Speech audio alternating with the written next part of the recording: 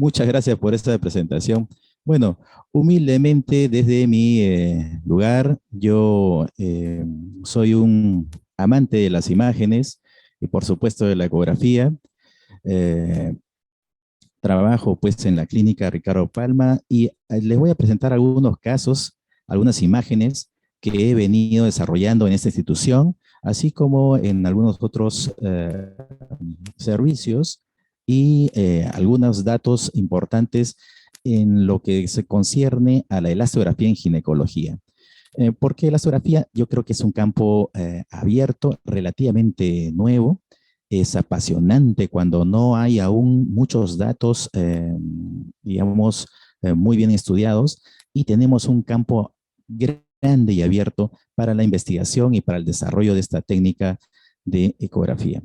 Y en ginecología, porque además, mucha atención, existe pues elastografía en la tiroides, en próstata, en hígado, tenemos elastografía en músculo esquelética, y en muchas otras ramas más. Esta noche vamos a abordar lo que es elastografía en ginecología. Muy bien, ¿se ve la diapositiva? Sí, Agustín. Excelente. Entonces, fíjense ustedes, vamos con la primera parte que es la definición de elastografía. ¿Qué es la elastografía? La primera imagen que se nos viene, digamos, cuando nosotros escuchamos de la elastografía es esta imagen en colores, un patrón como un mapa en colores. La elastografía es una técnica de imagen que mide la dureza de los tejidos. Fíjense ustedes, aquí tenemos en el diagrama cómo con la mano vamos haciendo una presión sobre una pelota antiestrés y vemos que es una pelota blanda, pero no podemos hacer lo mismo con una pelota de billar. Hay una diferencia clara y evidente de dureza. Pues bien, la elastografía mide la dureza, así como en estas pelotas, mide la dureza de los tejidos en el organismo o en el cuerpo humano. La elastografía, por tanto, determina esta dureza y lo que va a hacer es para ver la diferencia de la elasticidad de los tejidos. Una vez que determina la diferencia de elasticidad de los tejidos, es decir, que determina si un tejido más blando o un tejido es más duro, entonces podrá catalogar a los tejidos como normales, fisiológicos, o de repente como patológicos o anormales cuando tengan una dureza distinta al patrón normal.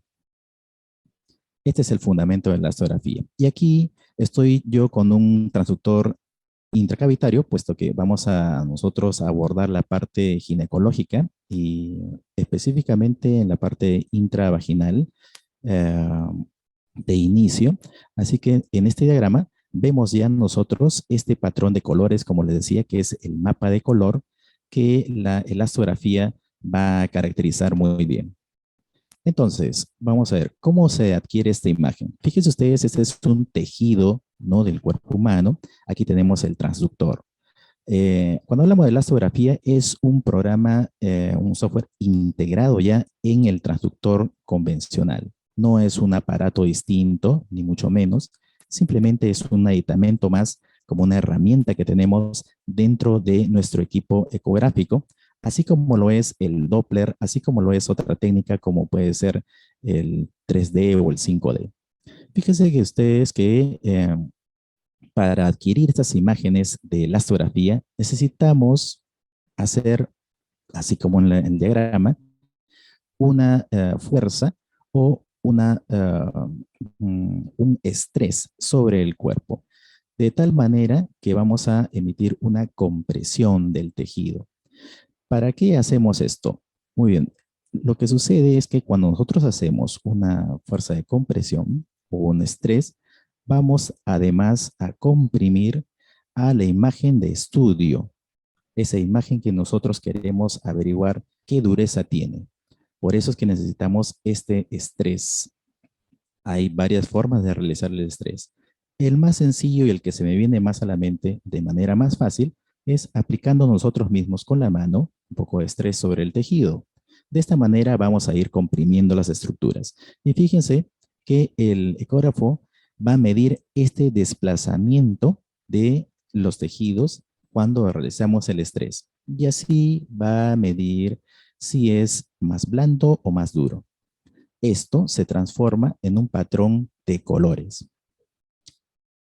Fíjense, para nosotros tener esta fuente de estrés, como les decía, podemos nosotros aplicar una fuerza, ¿no? Que viene a ser una compresión que nosotros hacemos con nuestra misma mano sobre el tejido, ¿no? Y de esta manera realizamos el proceso de estrés.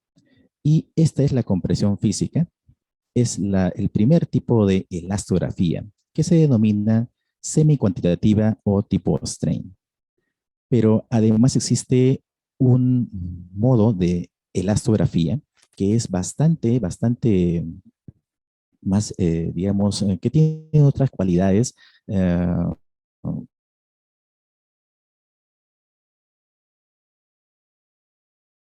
porque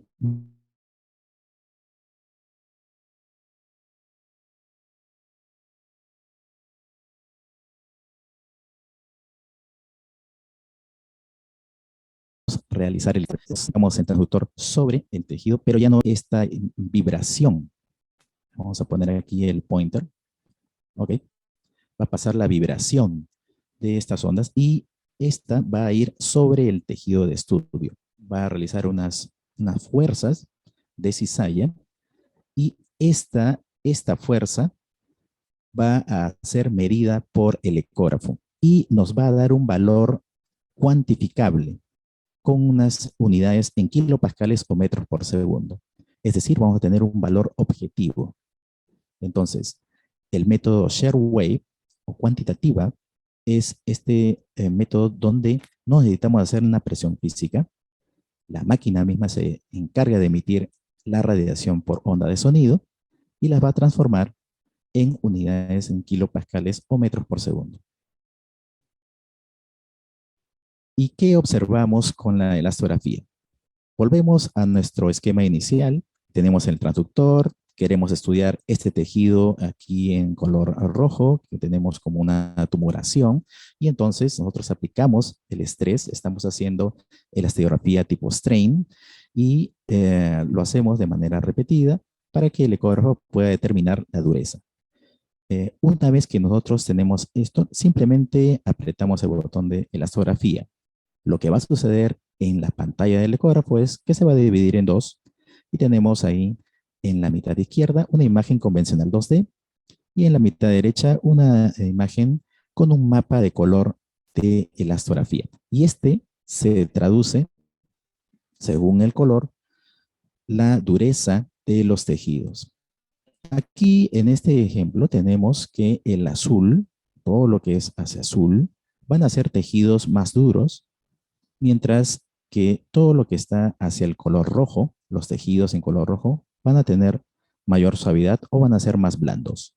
Entonces, este es el mapa de color que va a traducirse como la dureza o la suavidad de los tejidos.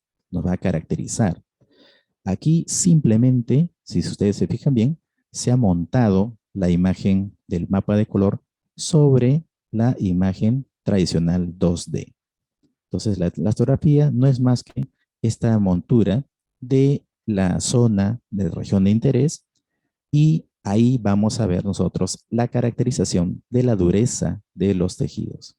Esto, al igual que en el seteo de imágenes Doppler, nosotros podemos cambiar o variar la posición de esta región de interés.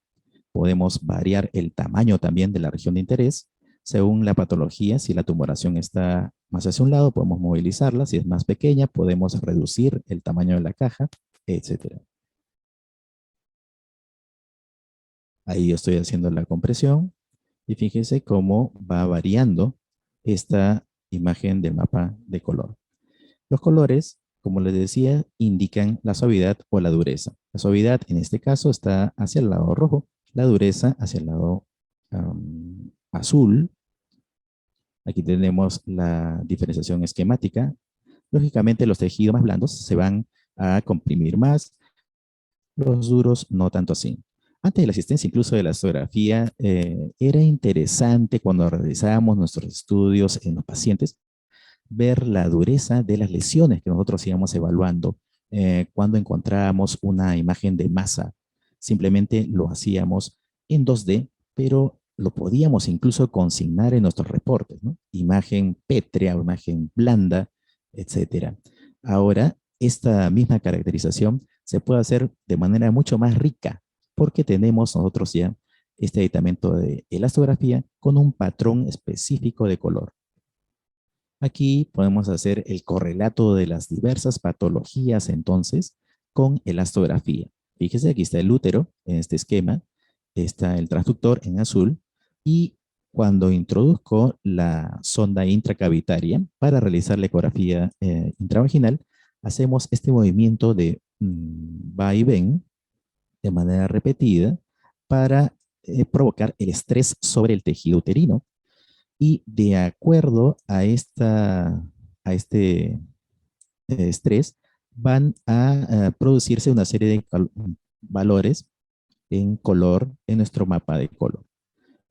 Y aquí nosotros tenemos este diagrama donde observamos, por ejemplo, las lesiones que son más duras, por ejemplo, los fibromas, van a teñirse de un color más oscuro o azul, van a ser las lesiones más duras.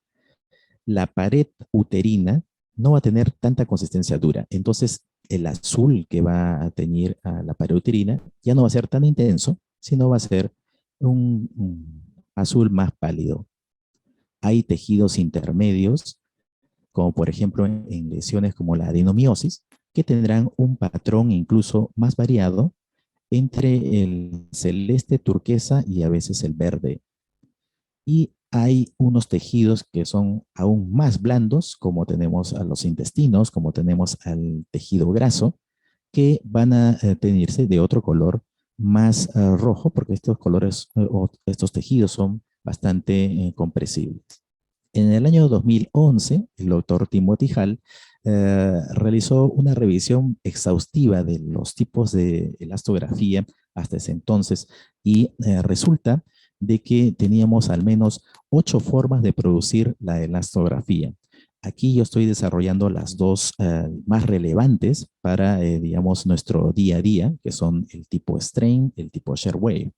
Y ya en ese entonces, fíjese aquí el doctor Hall nos ponía un ejemplo de una imagen en 2D, una imagen nodular, y él hizo una aseveración muy importante. La elastografía es una técnica sencilla, sí, pero es muy operador dependiente. ¿Y por qué dijo esto? Hizo un ejemplo sencillo. Realizó la compresión o el estrés en el tejido con una fuerza insuficiente y lo que obtuvo fue una imagen difuminada de la lesión. Entonces, es muy fácil fallar en la astografía. Hay una curva sí, que aprender y esto lo da la experiencia porque cuando nosotros realizamos una compresión adecuada, en este caso el 4% de compresión, fíjense lo que ocurre, ¿no? La imagen se dibuja de manera mucho más clara y nítida, ¿no? Y simplemente es por una pequeña variación en la fuerza de compresión. Felizmente, hay un aditamento bastante útil, ¿no? En los equipos ecográficos que utilizan en la astografía, tipo strain, y es esta barra de color verde que tenemos hacia un lado del estudio. Habíamos dicho que tenemos una barra de mapa de color y debajo tenemos casi siempre esta barra de color verde. ¿Qué significa esto? Que cuando nosotros hacemos el examen y estamos haciendo la compresión, si hacemos una buena presión, esta barra de color verde va a tener va a subirse así como si fuera el nivel de una batería hasta la mitad o un tercio superior que nos indica que estamos haciendo buena compresión. Si nuestra compresión es insuficiente o mala, esta barra verde va a ir cayendo y nos va a indicar que nuestra técnica es mala. Entonces, mientras realizamos el examen, ya vamos a ver si nuestra presión es adecuada o no. Y otro dato interesante es este de aquí, ¿no? Mientras el doctor realizaba estas aseveraciones sobre la técnica de elastografía, resulta de que caracterizo un dato muy importante del elasto. Fíjense aquí en la imagen 2D, tenemos una lesión nodular, pero con bordes no muy bien definidos. Pero ¿qué sucede con la elastografía? Y una característica importante es que define muy bien los bordes, los límites, el tamaño y la extensión de las lesiones, ¿no? Así como vemos nosotros aquí el diagrama, es como si no tuviéramos sin HD y con HD lo vemos mucho mejor caracterizado. Este es uno de los grandes aportes de la elastografía. Y los colores, pues, son muy importantes en la vida y también son importantes para determinar ciertos patrones de estudio en elastografía. Acá nosotros tenemos una regla máxima muy importante. Todos los tejidos que son generalmente malignos o cánceres tienden a ser más duros. Por tanto, según este esquema, tenderán a correr más hacia el color azul. Los tejidos con mayor suavidad son mayormente benignos. De ahí la importancia de caracterizarlos si son tejidos blandos o duros, porque tendremos mayor o menor sospecha de tejidos tipo cáncer. Además, es importante delimitar bien los bordes. A veces nos damos con la sorpresa que en imágenes 2D no se ven bien los bordes de estas lesiones que resultan ser más grandes cuando aplicamos la elastografía o a veces resultan ser los mismos. Ahí nuevamente aplicando la elastografía, fíjese aquí el detalle, aquí en la parte superior hay una saya intestinal y se puede ver también un poco de líquido. El líquido va a tener un patrón tipo mosaico. El patrón mosaico es un patrón, digamos, tricolor, es un patrón un poco caótico que nos indica que es líquido. Y otros autores realizaron algunos estudios bastante interesantes, como el coreano Sun, que él se dedicó a estudiar en la parte ginecológica a el endometrio y, digamos, la estructura del endometrio afectada por algunas patologías infiltrativas. ¿Y qué resulta? Fíjense en esta imagen 2D. Aquí tenemos un área que es un poco ambigua para caracterizar, ¿no? No sabemos, no determinamos bien los bordes. Si es que esta imagen, que es un poco más ecogénica, aquí pierde la continuidad. No sabemos qué sucede con el endometrio en este caso. Pero fíjense, al aplicar la elastografía, lo bien que podemos caracterizar que efectivamente hay una variación en cuanto a los contornos del endometrio, un tejido que está invadiendo esta zona endometrial, que está, digamos, invadiendo esta línea endometrial y que tiene una consistencia más dura, una consistencia más densa, ¿no? Es bastante interesante este patrón de infiltración, bien caracterizado por la elastografía. Eh, Otros casos, por ejemplo, este corresponde a un patrón tipo mosaico, observado en un sarcoma uterino. El problema aquí es que no hubo más casos, digamos, relevantes como este, y no se pudo hacer mayor comparación en el caso del estudio de Anita eh, y, y otros colaboradores, o el caso de un sarcoma uterino. Y aquí, en este otro tercer estudio, tenemos la diferenciación de las lesiones de tipo fibroma y adenomiosis, ¿no? Por ejemplo, acá tenemos pues esta imagen en 2D que también resulta ser un poco confusa. Podemos nosotros intuir, y aquí puede haber un mioma, pero podemos tener la duda por las características clínicas de la paciente. A veces hay pacientes que vienen con mucho dolor, pacientes que nos da la impresión de que puede haber algo más de lo que nos dejan ver las imágenes. Pero al realizar la elastografía, nos damos cuenta de que el patrón de esta lesión es más duro, ¿no? Y eso no es característico de la adenomiosis, por tanto, podemos nosotros ya orientar nuestro diagnóstico hacia lo que sería el fibroma en raíz de la coloración en elastografía, ¿no? Importante esta diferenciación entre adenomiosis y los fibromas. Y hablando de adenomiosis, ¿qué es la adenomiosis? Pues es la presencia del tejido endometrial ectópico, ¿no? Que se implanta en las paredes del miometrio, ¿no? Vamos a ver muchas veces, como en esta imagen, fíjese en la 2D, tenemos al útero con una diferencia del grosor de sus paredes. La pared anterior tiene un espesor más delgado, notoriamente, que la pared posterior. Y esto es bastante importante y relevante porque además se va a ver una deformación de la línea endometrial. Y fíjense, al hacer la elastografía, nosotros vamos a poder determinar la extensión de esta zona de lesión, ¿no? Es importante porque la adenomiosis, como ustedes saben, también se pueden caracterizar según su extensión.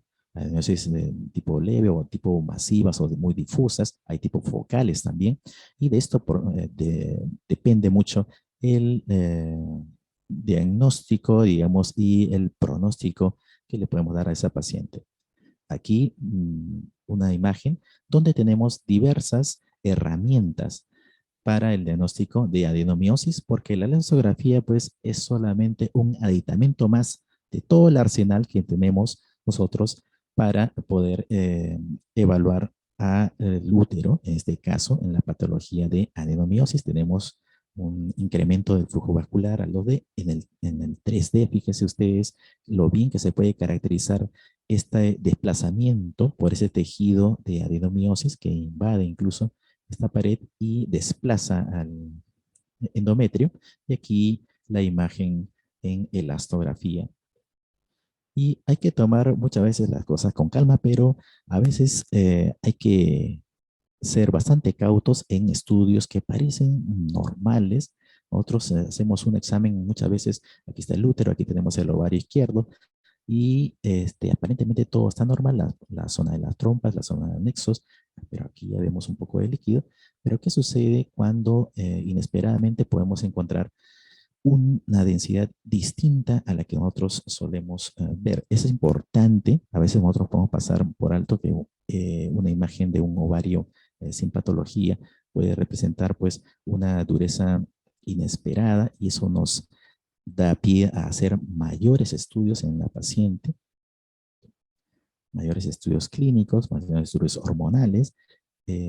Aquí se abre pues la ventana de los estudios complementarios. Aquí tenemos esta imagen para delimitar muy bien los bordes. Fíjense bien los bordes de esta fibroma en este caso. Y aquí tenemos imágenes que tratan de caracterizar el endometrio, especialmente el endometrio, porque en esta zona endometrial es donde nosotros podemos ver a veces lesiones polipoideas que se nos pueden pasar por alto. Aquí pues tenemos una imagen también de lesión de la pared con una dureza que va a ser bien caracterizada en la elastografía. Aquí las imágenes de pólipos con una imagen de Doppler, como vamos a ver muy bien el hilo vascular. Aquí fíjense ustedes una imagen de Target o de imagen de ojo de buey, podemos decir así, ¿no?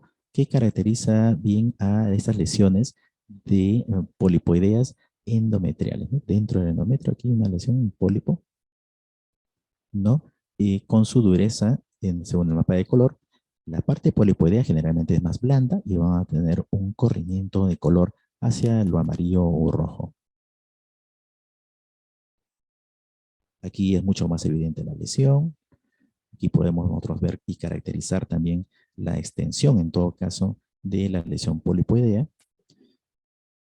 Aquí cuando ya introducimos el suero salino y pudimos hacer la reconstrucción 3D, ¿no? Y vamos a ver un poco al plato de fondo de esta parte del estudio de la elastografía.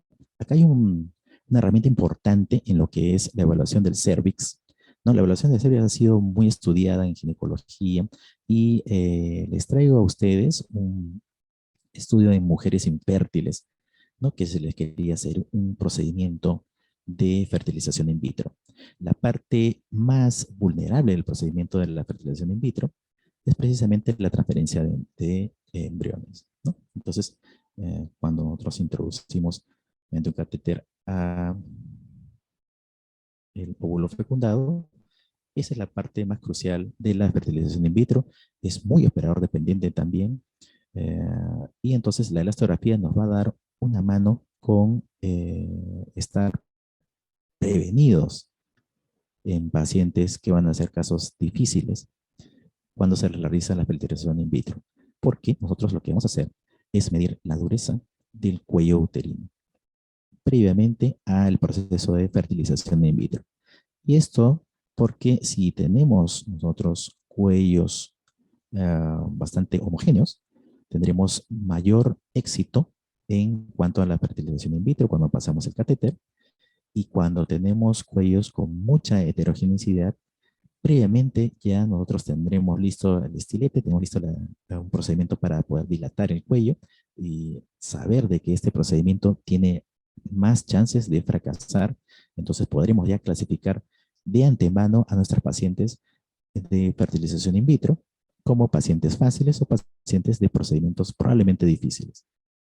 En este caso se aplicaron, fíjense, estos círculos rojos son puntos de donde se aplicó las muestras de elastografía, ¿no? Este es todo el cuello del útero. La imagen fue sagital. La parte, digamos, de simetría es muy importante en cuanto al cuello del útero. Aquí se vio el orificio cervical externo, el interno, el canal cervical y las tomas equidistantes. Entonces, esto, pues, según los patrones de la astografía, nos pueden demostrar un cuello de aspecto normal con un tono verde, que es un tono, generalmente nosotros cuando vemos al cuello uterino lo vemos de este tono verde, o sea que es un tono moderadamente duro. Aquí tenemos una homogeneidad bastante importante, el canal cervical bastante homogéneo también, ¿no? La sonda realizaba este tipo de movimiento durante el estudio. Aquí nuestra barra verde que nos indicaba que estábamos haciendo digamos, una compresión correcta. Y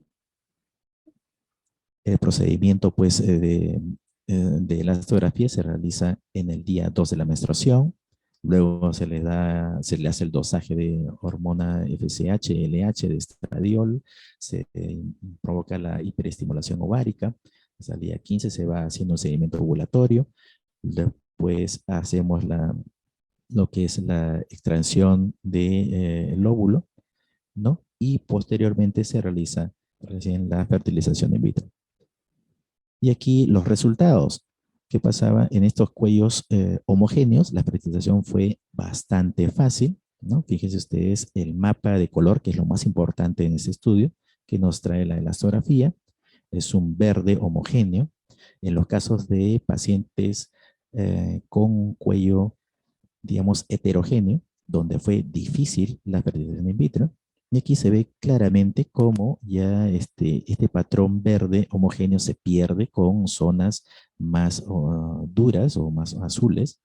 Es un patrón más heterogéneo.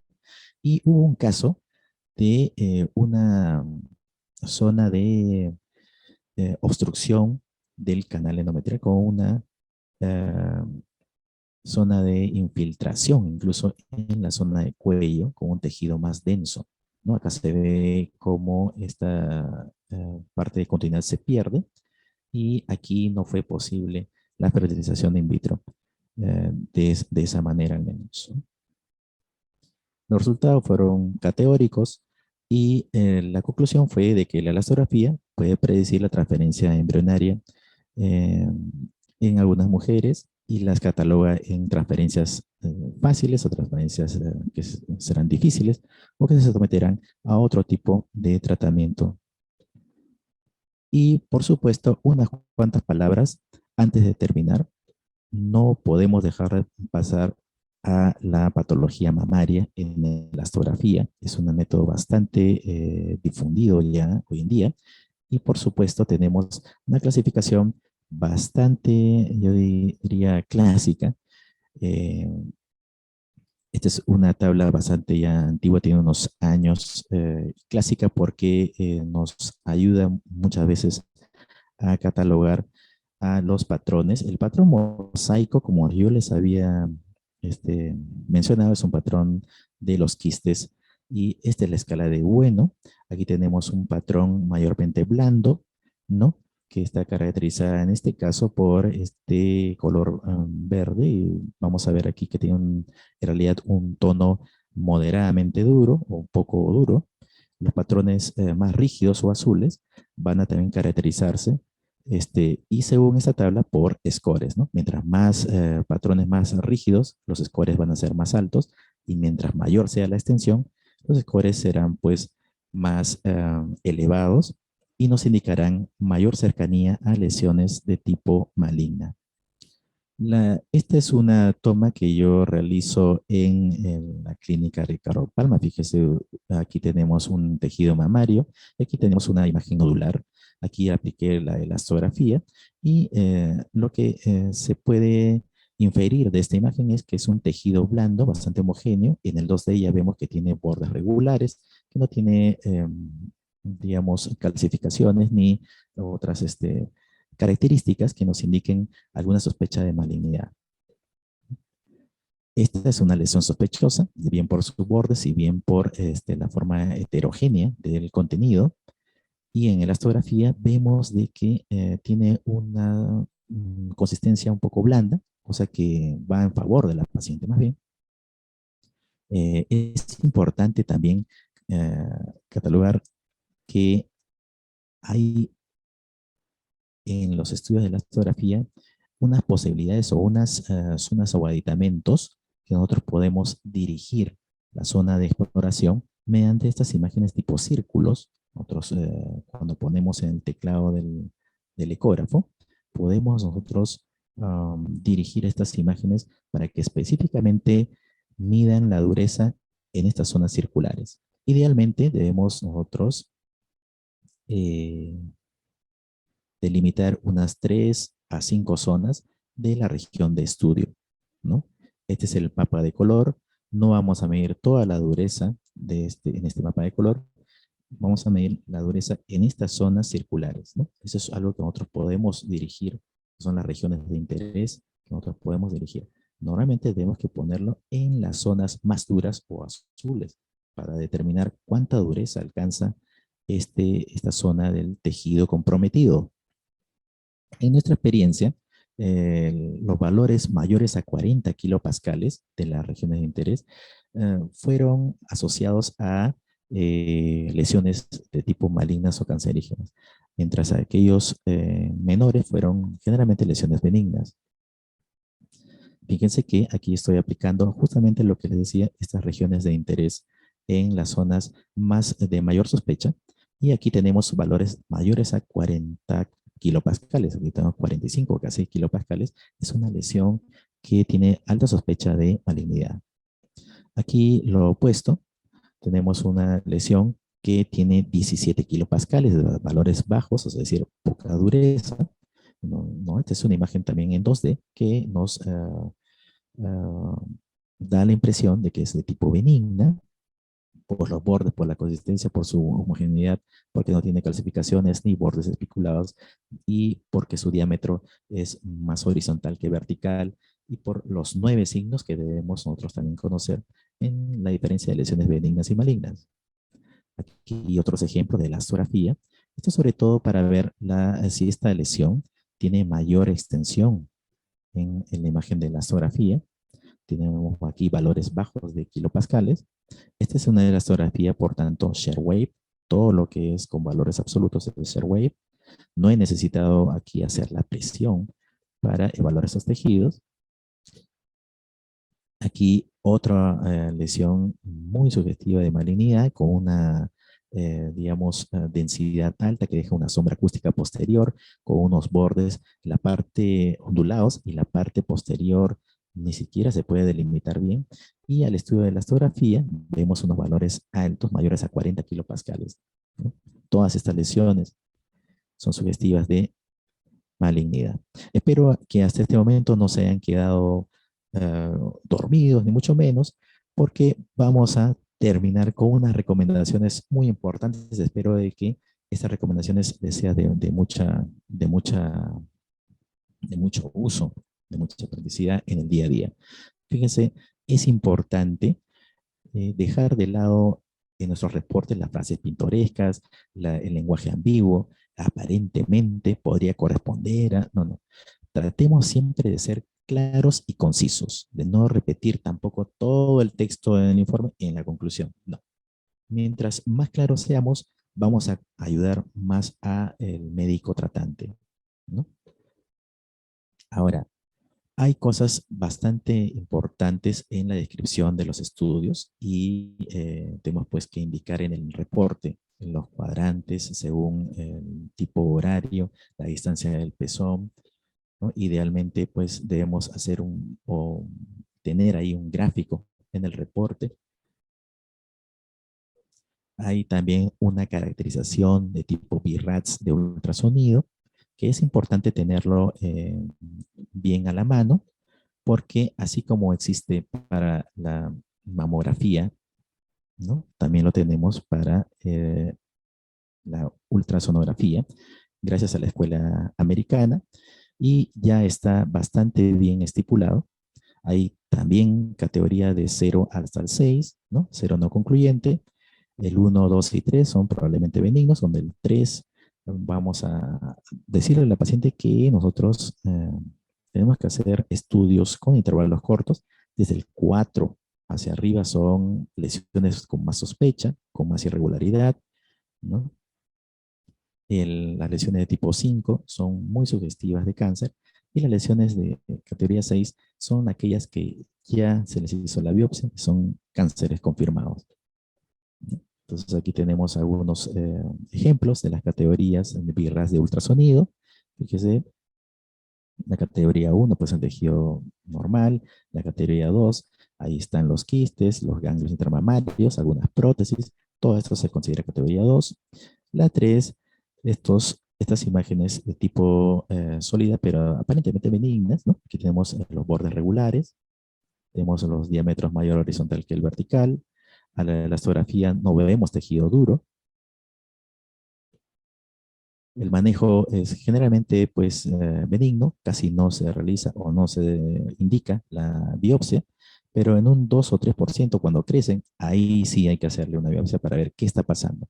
Un 1 o 2% de estos casos de categoría 3 pueden ser cánceres, así que tampoco confiarse del todo.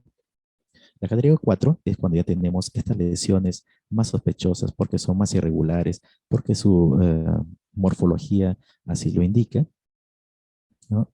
Y mientras más irregular, mientras más menos definidas sus bordes, mientras sean de aspecto más infiltrativo, serán pues más sugestivas de lesiones malignas. Aquí tenemos imágenes de un BIRAS 4A ecográfico, ¿no? Los fibroadenomas, pero aún tienen bordes ondulados algunos, no muy sugestivos de malignidad. Este es un 4B con un componente vascular, incluso más irregulares, más heterogéneos, ¿no?